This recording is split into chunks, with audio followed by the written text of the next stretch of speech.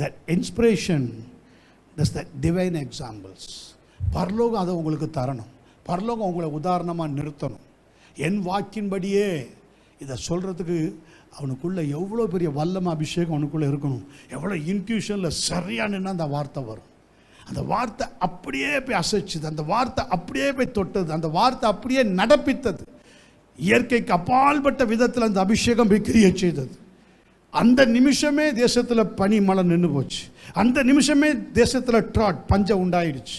அந்த நிமிஷமே famine start. 3.5 வருஷம் பஞ்சம் அந்த நிமிஷமே ஸ்டார்ட். எவ்வளோ வல்லம் இருக்கு அந்த வார்த்தைக்கு. கரணம் வைத்துங்களேன். ஆமென், ஹல்லேலூயா. என்ன வார்த்தை அது? இஸ்ரவேலின் தேவனாகிய கர்த்தருக்கு முன்பாக நிற்கிற நான். எஸ் எஸ், இன்ட்யூஷனில் கரெக்டாக இருக்கணும். அவருக்கு முன்பாக நிற்கிற நான், கரைதரையற்ற மனவாட்டியாக பிழையற்ற சபையாக நிற்கிற நான். ஹல்லேலூயா. அவருக்கு முன்பாக நிற்கிற நான். Praise God. அவருக்கு முன்பாக நிற்கிற நான், அவருக்கு முன்பாக நின்று பேசுகிற நான், அவருக்கு முன்பாக நின்று ஆராதிக்கிற நான், அவருக்கு முன்பாக நின்று பரலோகத்தை மகிமைப்படுத்துகிற நான். ஒரு விலையேற பெற்ற டியூட்டி என் மேல கொடுக்கப்பட்டிருக்கிறது.